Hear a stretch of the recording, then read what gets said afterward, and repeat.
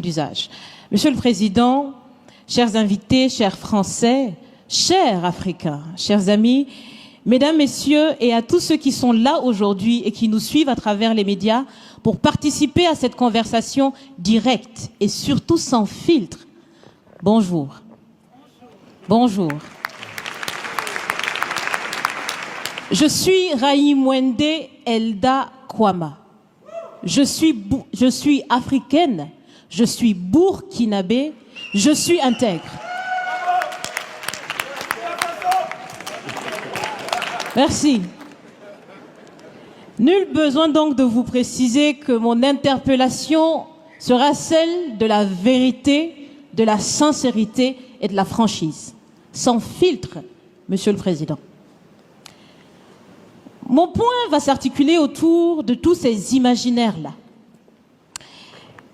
Et s'il s'agit de parler des imaginaires et de ces concepts faux, incompatibles à la réalité de nos peuples, il faudra surtout parler du vocabulaire dépassé, inadapté, dévalorisant, qui réside encore dans vos discours et dans celui de vos institutions lorsque vous vous adressez à l'Afrique ou lorsque vous levez des fonds pour aider l'Afrique.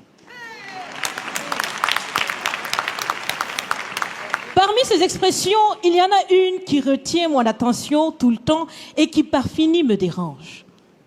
L'aide au développement. Monsieur le Président, l'aide, tant qu'elle n'aide pas, tant qu'elle n'amène pas à se départir de l'aide, comme le dit Thomas Sankara, il faut s'en débarrasser. Car l'aide, ce type d'aide-là rend esclave.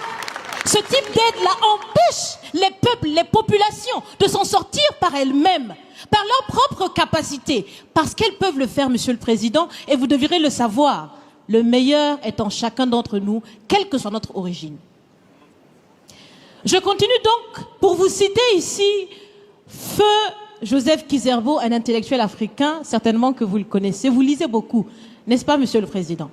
Il a dit, et je cite, « On ne développe pas, on se développe. » Fin de citation. Alors si on ne développe pas, on ne peut pas non plus aider à développer. Ça fait près d'un siècle que l'aide au développement se balade en Afrique. Ça ne marche pas.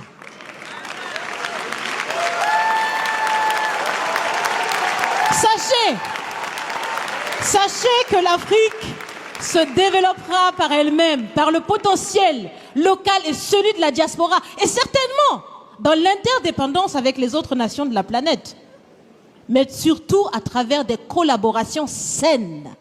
Je répète, saines, transparentes, constructives. Il y a des têtes bien faites, il y a des investisseurs aussi en Afrique. Nous innovons déjà en Afrique. Et si ce n'est pas co-constructif, dans cette relation qu'on imagine, on n'en veut pas. C'est donc fini? C'est donc fini les expressions « Sauvons l'Afrique !» Aidons à développer l'Afrique, il y a tellement de misérables là-bas. C'est fini, Monsieur le Président.